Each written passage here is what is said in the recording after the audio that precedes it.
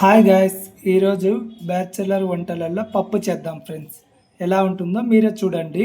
పప్పుకు కావలసిన పదార్థాలు: నానబెట్టిన బ్యాళ్ళు 1 అవర్ నానబెట్టాను. కంది బ్యాళ్ళు మీరే చూడండి, బాగా 1 అవర్ నానబెట్టాలి.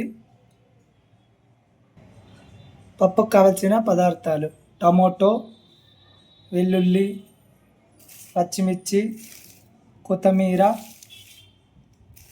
అండ్ చింతపండు, పసుపు, కొద్దిగా ధనియాల పౌడర్, కొద్దిగా గరం మసాలా పౌడర్, కొద్దిగా సాంబార్ పౌడర్ అండ్ పప్పు మసాలా పౌడర్ కొద్దిగా. ఫస్ట్ అయితే టమోటాలు వేసుకుందాం.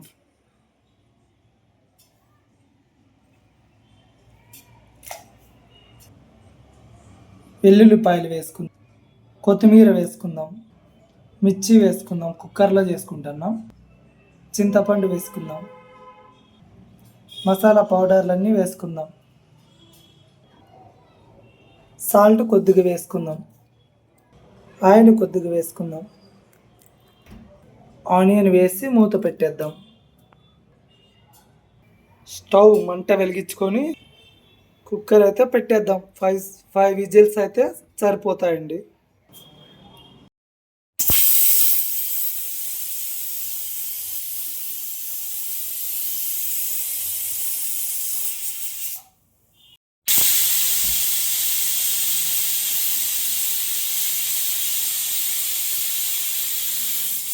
మూత తీద్దాం ఫ్రెండ్స్. పప్పు అయితే ఇలా ఉడికిపోయింది ఫ్రెండ్స్. మీరు చూడండి ఎంత బాగా ఉడికిపోయిందో. వాటర్ వంపేసుకొని ఎనిపేసుకుందాం పప్పు ఫ్రెండ్స్. బాగా మెత్తగా ఉడికిపోయినాయి బ్యాళ్ళు అవన్నీ చూడండి.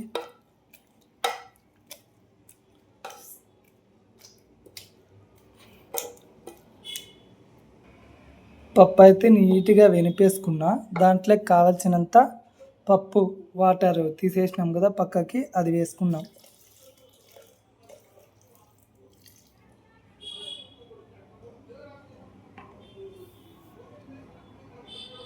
చూడండి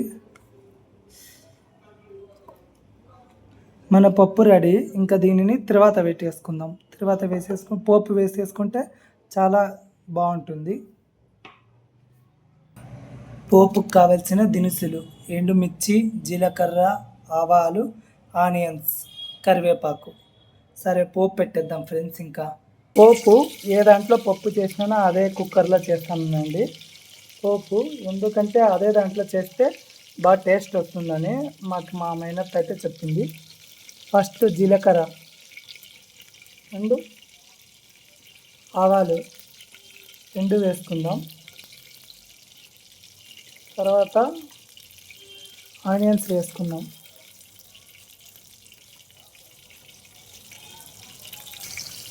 ఇంకా కరివేపాకు అండ్ మిర్చి 2 వేసేద్దాం.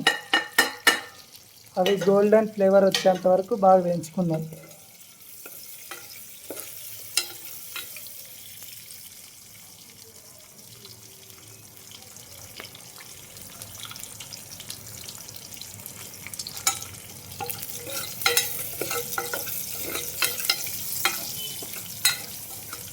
ఏ దాంట్లో అయితే పప్పు చేస్తారో అదే దాంట్లో ఇలా పోపు వేసుకుంటే చాలా టేస్ట్ వస్తుంది పప్పుకి. పోపు బాగా వేగిపోయింది ఫ్రెండ్స్. ఇంకా పప్పు వీటిలో వేసేసుకుందాం.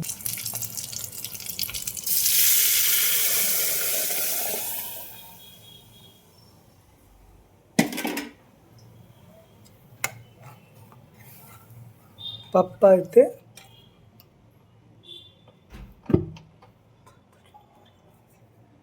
వేడిగా పప్పు అయితే రెడీ ఫ్రెండ్స్. చూడండి ఎంత బాగుందో. బ్యాచులర్ ఎవరైనా ఉంటే ఈ విధంగా చేసుకొని జస్ట్ 5 మినిట్స్లో అయిపోతుంది. సరే ఫ్రెండ్స్, బాయ్, ఉంటాను. మరి నెక్స్ట్ వేరే వంటకంతో మీ ముందుకు వస్తా.